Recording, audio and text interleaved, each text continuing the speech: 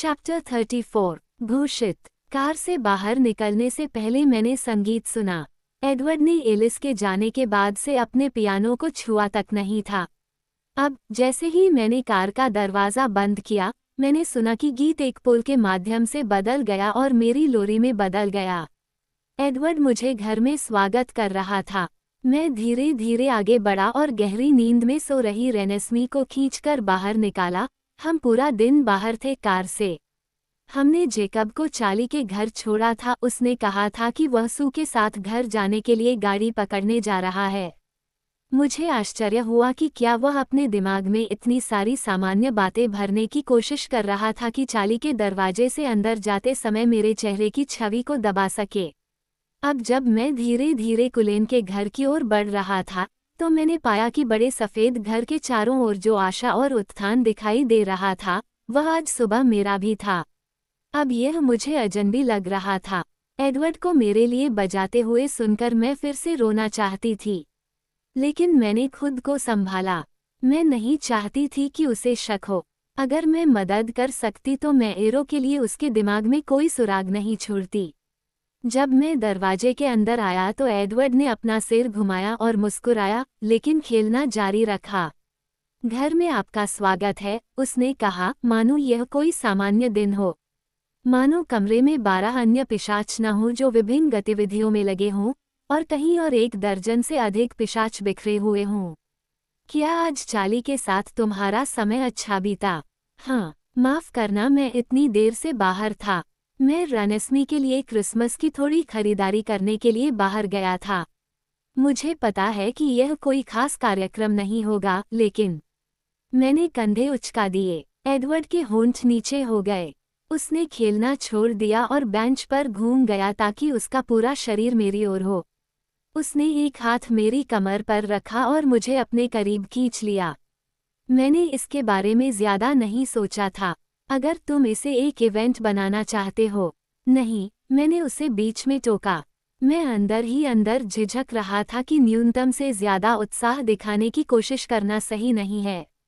मैं उसे कुछ दिए बिना इसे जाने नहीं देना चाहता था। क्या मैं देख पाऊंगा? अगर तुम चाहो तो। ये तो बस एक छोटी सी बात है। रेनेस्मी पूरी तरह से बेहोश थी, मेरी गर्दन से लिपटकर धीरे धीरे खर्राटे ले रही थी।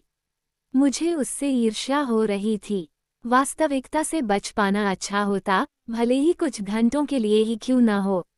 मैंने सावधानीपूर्वक अपने क्लच से छोटे मखमली आभूषणों का थैला निकाला, बस को इतना भी नहीं खोला कि एडवर्ड को पता चल सके कि मेरे पास अभी भी नकदी है। जब मैं गाड़ी चला रहा था तो एक प्राचीन वस्तु की दुकान की खिड़की से मेरी नज़र इस पर पड़ी। मैंने छोटे सुनहरे लॉकेट को उसकी हथेली में हिलाया। ये गोल था और इसके बाहरी किनारे पर एक पतली बेल की सीमा बनी हुई थी। एडवर्ड ने छोटे से कैच को खोला और अंदर देखा। एक छोटी सी तस्वीर के लिए जगह थी और दूसरी तरफ फ्रेंच में एक शिलालेख था। क्या आप जानते हैं कि इसमें क्या लिखा है? उसने पहले से अधिक धीमे स्वर में पूछा। दुकानदार ने मुझे बताया कि उसमें कुछ इस तरह लिखा था, मेरी अपनी जान से भी ज़्यादा। क्या ये सही है? हाँ, उसने सही कहा था। उसने मेरी तरफ देखा, उसकी पुखराज जैसी आंखें जांच रही थीं। मैंने एक पल के लिए उसकी नज़रों से नज़रें मिलाईं, फिर टीवी में ध्यान भटकने का नाटक किया। मुझे आशा है कि उसे यह पसंद आएगा, मैंने बुदबुदाया। बेशक वह ऐसा करेगी, उसने हल्के से, सहजता से कहा, और मुझे उसी पल यकीन हो गया कि उसे पता है कि मैं उससे कुछ छिपा रही हूँ। मुझे ये भी यकीन था कि उसे बारीकियों के बारे में कुछ पता नहीं था। चलो उसे घर ले चलते हैं, उसने खड़े होकर मेरे कंधों पर हाथ रखते हुए सुझाव दिया। मैं झिझका। क्या? उसने मांग की। मैं एमिट के साथ थोड़ा अभ्यास करना चाहता था। मैंने अपना पूरा दिन अपने महत्वपूर्ण काम में गंवा दिया था, इससे मुझे पीछे महसूस हुआ। रोज के साथ सोफे पर बैठे एमिट ने रिमोट पकड़ा हुआ था, ऊपर देखा और उत्सुकता से मुस्कुराया। बहुत बढ़िया। जंगल को पतला करने की ज़रूरत है। एडवर्ड ने पहले एमिट को और फिर मुझे देखकर भौहें सिकोड़ी। उन्होंने कहा, कल इसके लिए काफ़ी समय है। बेतुका मत बनो, मैंने शिकायत की। अब समय की कोई कमी नहीं रह गई है। यह अवधारणा अस्तित्व में नहीं है। मुझे बहुत कुछ सीखना है। और उसने मेरी बात बीच में ही रोक दी। कल और उसकी अभिव्यक्ति ऐसी थी कि एम्मेट को भी कोई आपत्ति नहीं थी। मुझे आश्चर्य हुआ कि एक ऐसी दिनचर्या में वापस जाना कितना मुश्किल था जो आखिरकार एकदम नई थी, लेकिन जो थोड़ी बहुत उम्मीद में जगा रहा था उसे भी छीन लेने से सब कुछ असंभव लगने लगा। मैंने सकारात्मक चीजों पर ध्यान केंद्रित करने की कोशिश की। इस बात की अच्छी संभावना थी कि मेरी बेटी उस घटना से बच जाएगी जो होने वाली थी, आ रहा है, और जेकब भी। अगर उनका भविष्य था तो यह एक तरह की जीत थी, है न? अगर जेकब और रानेस्मी को पहले स्थान पर दौड़ने का अवसर मिलने वाला था तो हमारा छोटा सा समूह अपनी स्थिति बनाए रखने जा रहा था। हाँ, एलिस की रणनीति तभी समझ में आती है जब हम वास्तव में अच्छी लड़ाई लड़ने जा रहे थे। इसलिए वहाँ भी एक तरह की जीत थी, ये देखते हुए कि वोल्टुरी को सहस्राब्दियों में कभी भी गंभीर रूप से चुनौती नहीं दी गई थी। ये दुनिया का अंत नहीं होने वाला था, सिर्फ कलन का अंत, एडवर्ड का अंत, मेरा अंत। वैसे भी मुझे आखिरी भाग में यही पसंद था। मैं एडवर्ड के बिना फिर कभी नहीं रह पाऊंगा। अगर वो इस दुनिया को छोड़ रहा है तो मैं उसके ठीक पीछे रहूंगा। मैं कभी कभी सोचता था कि क्या दूसरी तरफ हमारे लिए कुछ होगा। मुझे पता था कि एडवर्ड वास्तव में ऐसा नहीं मानता था, लेकिन कार्लिसले ऐसा मानता था। मैं खुद इसकी कल्पना नहीं कर सकता था। दूसरी ओर मैं कल्पना भी नहीं कर सकता था कि एडवर्ड किसी तरह कहीं मौजूद नहीं है। अगर हम किसी जगह एक साथ हो सकते हैं तो वह एक सुखद अंत होगा। और इस तरह मेरे दिनों का क्रम जारी रहा, बस पहले की तुलना में अधिक कठिन। हम क्रिसमस के दिन चार्ली से मिलने गए, एडवर्ड, रानेस्मी, जेकब और मैं। गोधूली गाथा, स्टेफनी मेयर का सुप्रसिद्ध उपन्यास, पूर्ण ऑडियो बुक हिंदी में। जेकब के पैक के सभी सदस्य वहां थे, साथ ही सैम, इमिली और सू भी थे। चार्ली के छोटे से कमरे में उनका होना बहुत मददगार था। उनके विशाल, गर्म शरीर कोनों में फंसे हुए थे। उसके विरल रूप से सजाए गए पेड़ के चारों ओर आप ठीक से देख सकते थे कि वह कहाँ उग गया था और कहाँ छोड़ दिया था और अपने फर्नीचर को भर दिया था।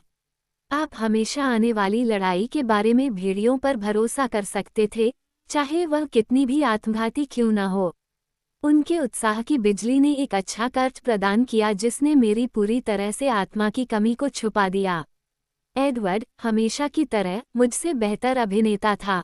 रेनेस्मी ने वह लॉकेट पहना था जो मैंने उसे भोर में दिया था, और उसकी जैकेट की जेब में वह MP3 प्लेयर था जो एडवर्ड ने उसे दिया था, एक छोटी सी चीज जिसमें 5000 गाने थे, जो पहले से ही एडवर्ड के पसंदीदा गानों से भरे हुए थे।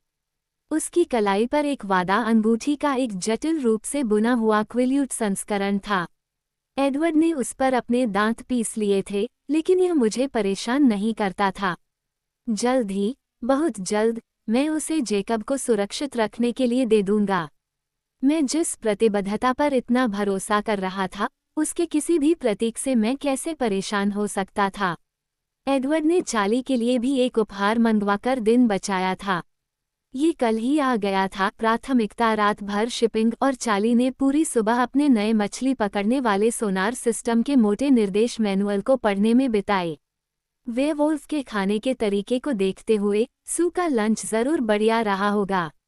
मुझे आश्चर्य हुआ कि किसी बाहरी व्यक्ति को ये सभा कैसी लगी होगी। क्या हमने अपनी भूमिकाएं अच्छी तरह से निभाईं? क्या कोई अजनबी हमें दोस्तों का एक खुशमिजाज समूह समझ सकता था जो छुट्टियों का आनंद आराम से ले रहा था?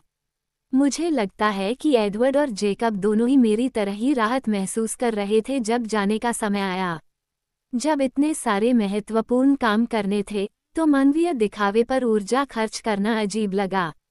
मुझे ध्यान केंद्रित करने में मुश्किल हो रही थी। साथ ही यह शायद आखिरी बार था जब मैं चार्ली को देख रहा था। शायद यह अच्छी बात थी कि मैं इतना सुन्ना था कि वास्तव में इसे महसूस नहीं कर पाया।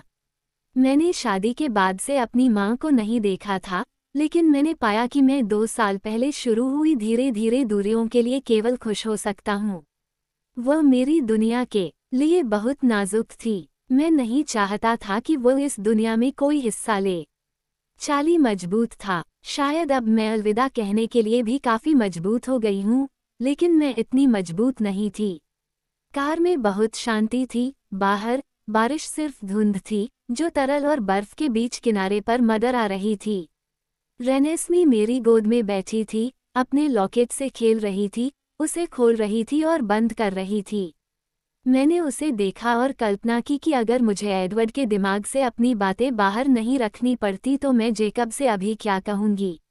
अगर वो कभी सुरक्षित हो जाए तो उसे चार्ली के पास ले जाओ। किसी दिन उसे पूरी कहानी बताओ। उसे बताओ कि मैं उससे कितना प्यार करता था, कैसे मैं उसे छोड़कर जाने का साहस नहीं कर सकता था, भले ही मेरा मानव जीवन समाप्त हो गया हो। उसे बताओ कि वो सबसे अच्छा पिता था। उसे कहो कि वो मेरा प्यार रेनी तक पहुंचाए, मेरी सारी उम्मीदें कि वो खुश और स्वस्थ रहेगी। मुझे जेकब को सभी दस्तावेज देने होंगे, इससे पहले कि बहुत देर हो जाए। मैं उसे चार्ली के लिए भी एक नोट दूंगा और रेनेस्मी के लिए एक पत्र, कुछ ऐसा जो वह पढ़ सके जब मैं उसे यह न बता सकूं कि मैं उससे प्यार करता हूं। जब हम घास के मैदान में पहुंचे तो कलन के घर के बाहर कुछ भी असामान्य नहीं था, लेकिन मुझे अंदर से कुछ हल्की सी हलचल सुनाई दे रही थी। कई धीमी आवाजें बड़बड़ा रही थीं और गुर्रा रही थीं। ये बहुत तीव्र लग रहा था और ऐसा लग रहा था जैसे कोई बहस चल रही हो। मैं कार्लिसल और अमुन की आवाज को दूसरों की तुलना में ज्यादा पहचान सकता था।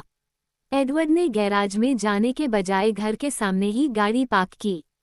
कार से बाहर निकलने से पहले हमने एक दूसरे को सावधानी से देखा। जेकब का रुख बदल गया, उसका चेहरा गंभीर और सावधान हो गया। मुझे लगा कि अब वह अल्फा मोड में था। जाहिर है कुछ हुआ था और उसे वह जानकारी मिलने वाली थी जिसकी उसे और सैम को जरूरत थी। एलिस्टेयर चला गया है, एडवर्ड ने फुसफुसाते हुए कहा जब हम तेजी से सीढ़ियां चढ़ रहे थे। सामने के कमरे के अंदर मुख्य टकराव शारीरिक रूप से स्पष्ट था। दीवारों पर दर्शकों का घेरा था, हर पिशाच जो हमारे साथ शामिल हुआ था, सिवाय एलिस्टेयर और झगड़े में शामिल 3 लोगों के। एस्मे, केबी और टिया केंद्र में 3 पिशाचों के सबसे करीब थे। कमरे के बीच में अमुन कार्लिसले और बेंजामिन पर फुफकार रहा था। एडवर्ड का जबड़ा कड़ा हो गया और वह तेजी से एस्मे की तरफ बढ़ा और मेरा हाथ पकड़कर मुझे खींच लिया। मैंने रेनेस्मी को अपनी छाती से कसकर जकड़ लिया। अमुन, यदि आप जाना चाहते हैं तो कोई भी आपको रुकने के लिए मजबूर नहीं कर रहा है, कार्लिसले ने शांति से कहा। तुम मेरी आधी जमात चुरा रहे हो, कार्लिसल, अमुन चिल्लाया और बेंजामिन की एक उंगली पर वार किया।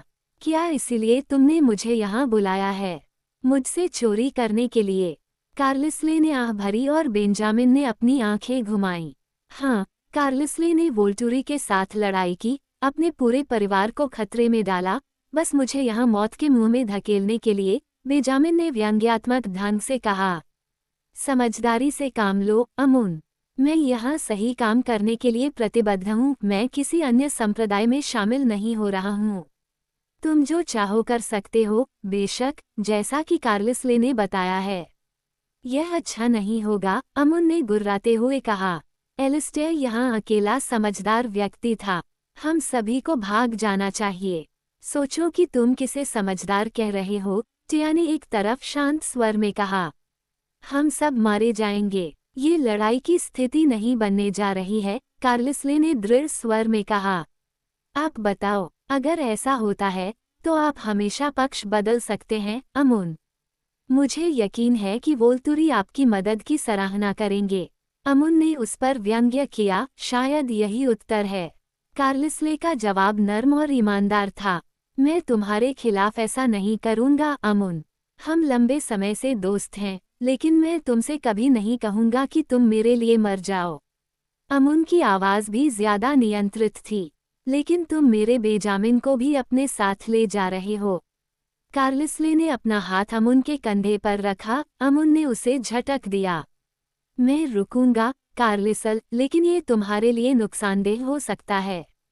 अगर यही जीने का रास्ता है तो मैं उनके साथ शामिल हो जाऊंगा। तुम सब मूर्ख हो जो सोचते हो कि तुम वोल्टुरी को चुनौती दे सकते हो।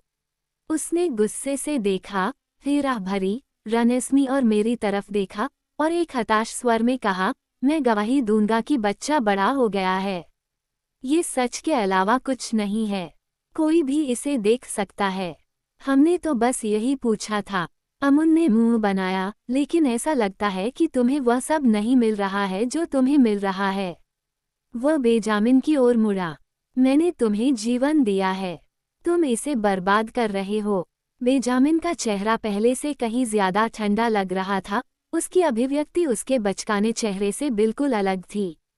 यह अफसोस की बात है कि आप इस प्रक्रिया में मेरी इच्छा को अपनी इच्छा से नहीं बदल सके, शायद तब आप मुझसे संतुष्ट होते। अमुन की आंखें सिकुड़ गईं। उसने अचानक केबी को इशारा किया और वे हमारे सामने से होते हुए सामने के दरवाजे से बाहर निकल गए। वह नहीं जा रहा है, एडवर्ड ने मुझसे धीरे से कहा, लेकिन अब से वह और भी अधिक दूरी बनाए रखेगा। जब उसने वोल्टुरी में शामिल होने की बात कही थी तो वह झूठ नहीं बोल रहा था। एलिस्टेयर क्यों गया? मैंने फुसफुसाकर पूछा। कोई भी सकारात्मक नहीं हो सकता, उसने कोई नोट नहीं छोड़ा। उसकी बुदबुदाहट से यह स्पष्ट हो गया है कि उसे लगता है कि लड़ाई अपरिहार्य है। अपने व्यवहार के बावजूद वह वास्तव में कार्लिस्ले के वोल्टुरी के साथ खड़े होने की बहुत परवाह करता है। मुझे लगता है कि उसने सोचा कि खतरा बहुत ज्यादा है। एडवर्ड ने कंधे उचका दिए। हालांकि हमारी बातचीत स्पष्ट रूप से सिर्फ हम दोनों के बीच थी, लेकिन जाहिर है कि हर कोई इसे सुन सकता था। एलिएज़र ने एडवर्ड की टिप्पणी का जवाब ऐसे दिया जैसे वह सभी के लिए थी। उसकी बुदबुदाहट से लगता है कि यह उससे कुछ ज्यादा ही था। हमने वोल्टुरी के एजेंडे के बारे में ज्यादा कुछ नहीं कहा है, लेकिन एलिस्टेयर को चिंता है कि चाहे हम आपकी बेगुनाही को कितने भी निर्णायक तरीके से साबित कर दें, वोल्टुरी नहीं सुनेंगे। उसे लगता है कि वे यहाँ अपने लक्ष्य हासिल करने का कोई बहाना ढूंढ लेंगे।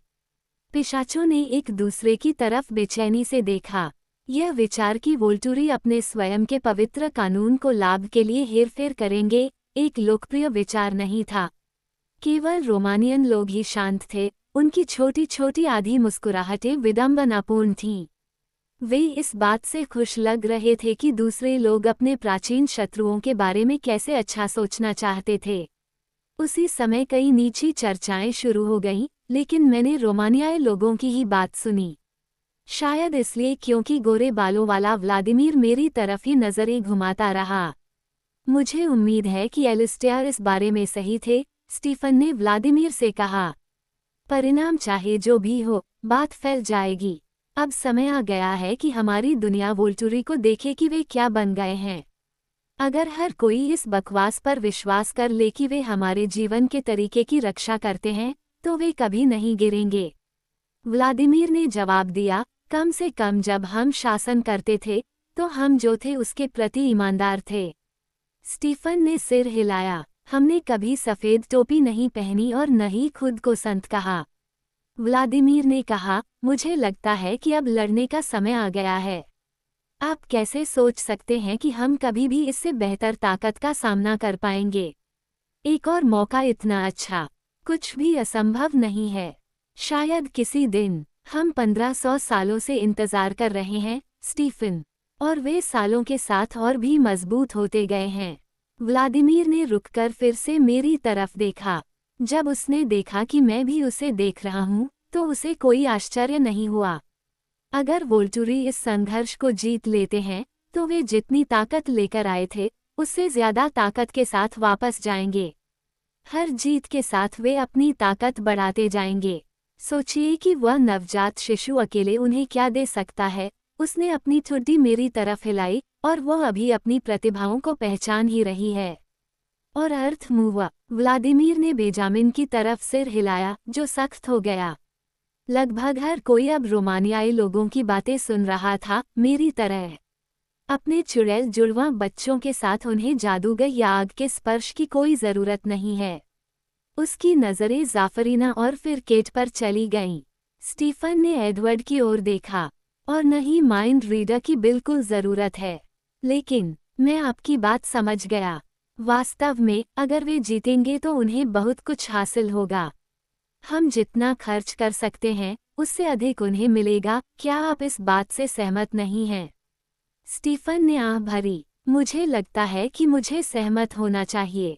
और इसका मतलब है, जब तक उम्मीद है, हमें उनके खिलाफ खड़ा होना चाहिए। अगर हम उन्हें अपंग बना सकें, यहाँ तक कि उन्हें बेनकाब कर सकें, फिर किसी दिन दूसरे लोग ये काम पूरा कर देंगे और हमारा लंबा प्रतिशोध चुकाया जाएगा।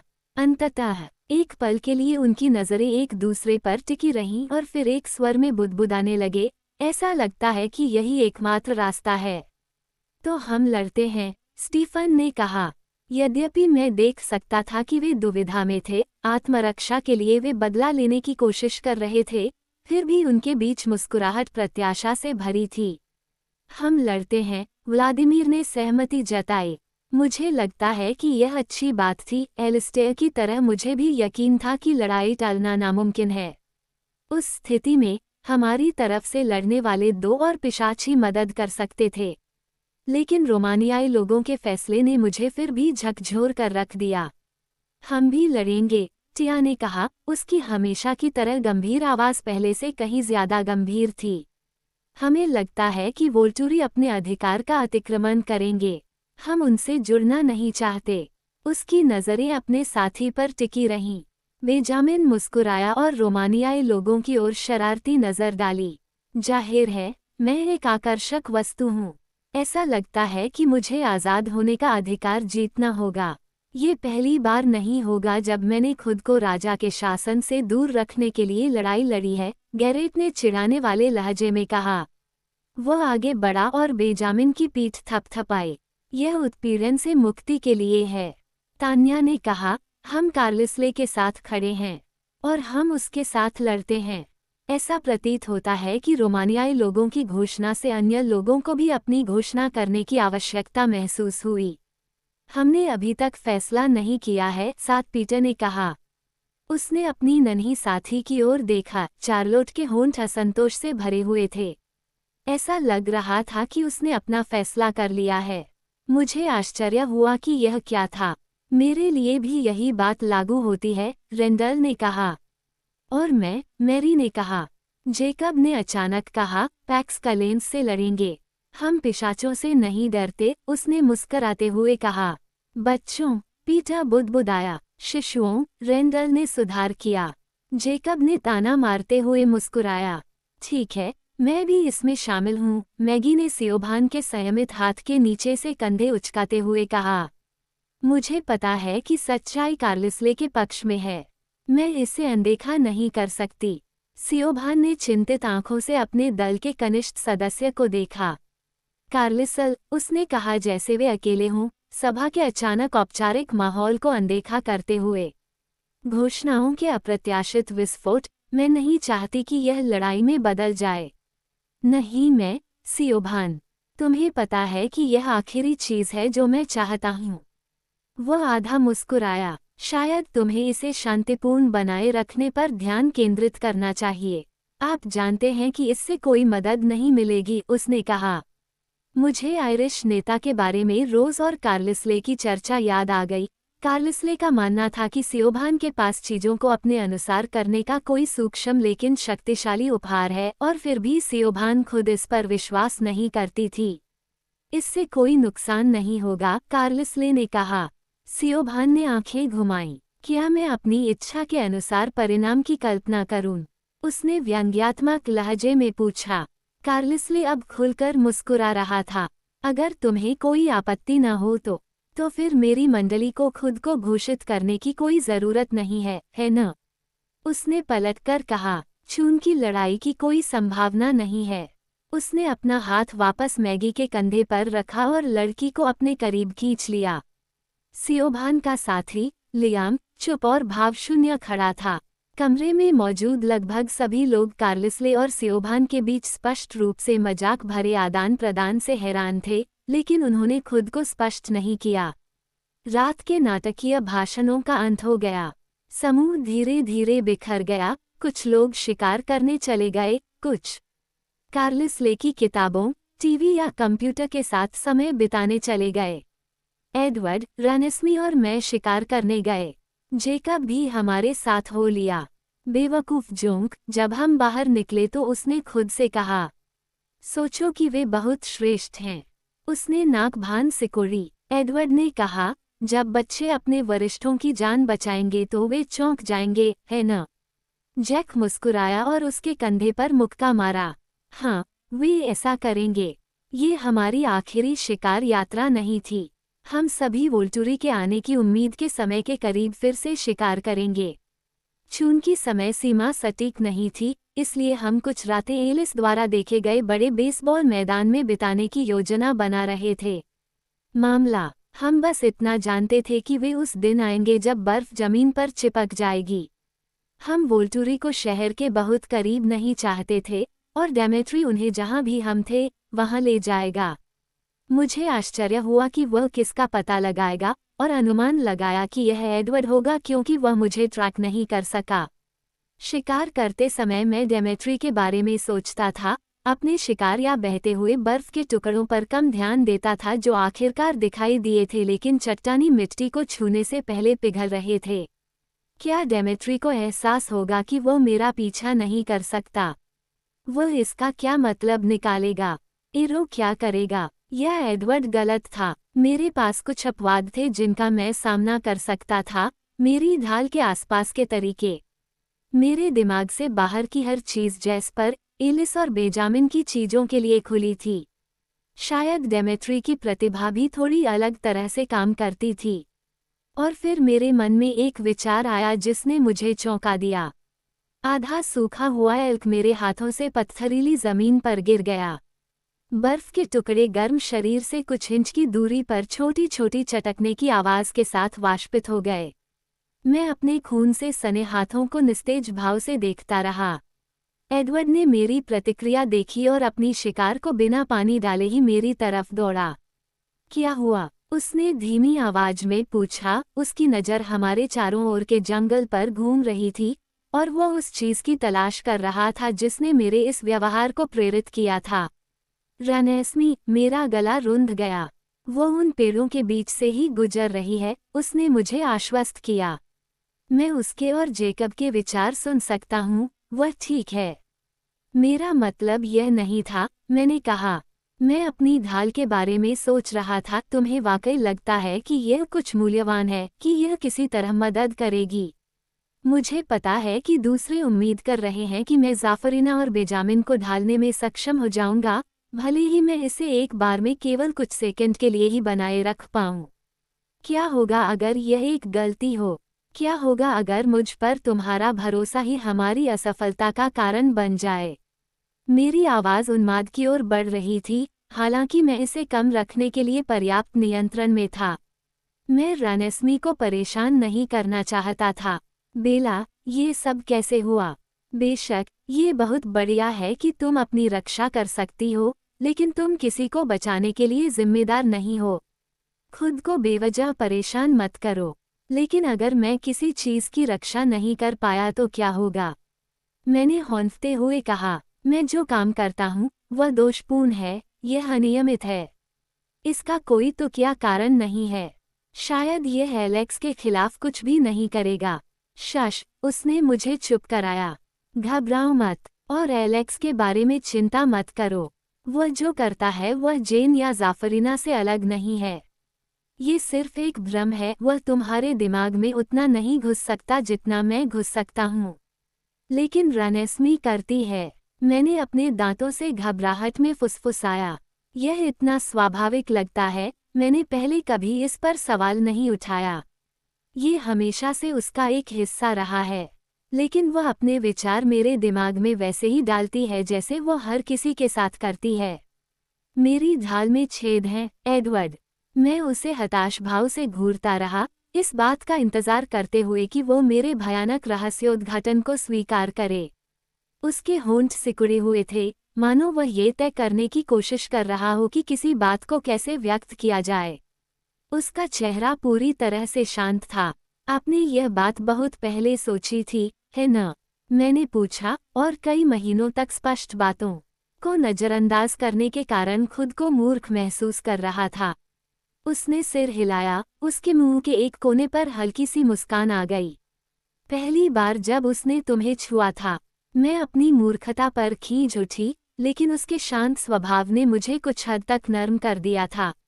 और ये तुम्हें परेशान नहीं करता?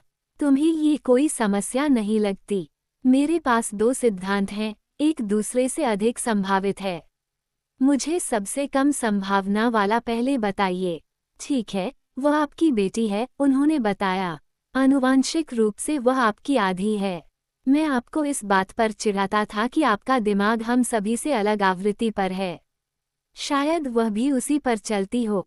यह मेरे लिए कारगर नहीं रहा, लेकिन आप उसके मन की बात ठीक से सुन सकते हैं। हर कोई उसके मन की बात सुन सकता है। और अगर एलेक्स किसी अलग आवृत्ति पर चलता है तो क्या होगा? क्या होगा अगर उसने अपनी उंगली मेरे होठों पर रख दी? मैंने इस पर विचार किया है, इसलिए मुझे लगता है कि यह अगला सिद्धांत अधिक संभावित है। मैंने दांत पीसकर इंतजार किया। क्या तुम्हें याद है कि कार्लिसले ने उसके बारे में मुझसे क्या कहा था जब उसने तुम्हें वह पहली याद दिखाई थी? बेशक मुझे याद आया। उसने कहा, यह एक दिलचस्प मोड़ है। जैसे वह ठीक वैसा ही कर रही है जैसा आप कर सकते हैं। हाँ, और इसलिए मैंने सोचा, हो सकता है कि उसने आपकी प्रतिभा को भी ले लिया हो और उसे भी बदल दिया हो। मैंने उस पर विचार किया। उन्होंने कहा, आप सभी को बाहर रखते हैं और कोई उसे बाहर नहीं रखता। मैंने झिझकते हुए कहा, यह मेरा सिद्धांत है, उसने कहा। और अगर वह आपके दिमाग में घुस सकती है, तो मुझे संदेह है कि ग्रह पर कोई ढाल है जो उसे दूर रख सके। इससे मदद मिलेगी। हमने जो देखा है, उसके अनुसार कोई भी उसके विचारों की सच्चाई पर संदेह नहीं कर सकता है, एक बार जब वे उसे अपने विचार दिखाने की अनुमति दे देते हैं। और मुझे लगता है कि अगर वह काफी करीब आ जाती है, तो कोई भी उसे अपने विचार दिखाने से नहीं रोक सकता। अगर एरो उसे समझाने की अनुमति देता है। मैं रनस्मी के बारे में सोचकर कांप उठी, जो एरो की लालची, दूधिया आंखों के इतने करीब थी। ठीक है, उसने मेरे कसे हुए कंधों को सहलाते हुए कहा। कम से कम ऐसा कुछ तो नहीं है जो उसे सच्चाई देखने से रोक सके। लेकिन क्या सच उसे रोकने के लिए काफी है? मैंने बुदबुदाया। इसका एडवर्ड के पास कोई जवाब नहीं था।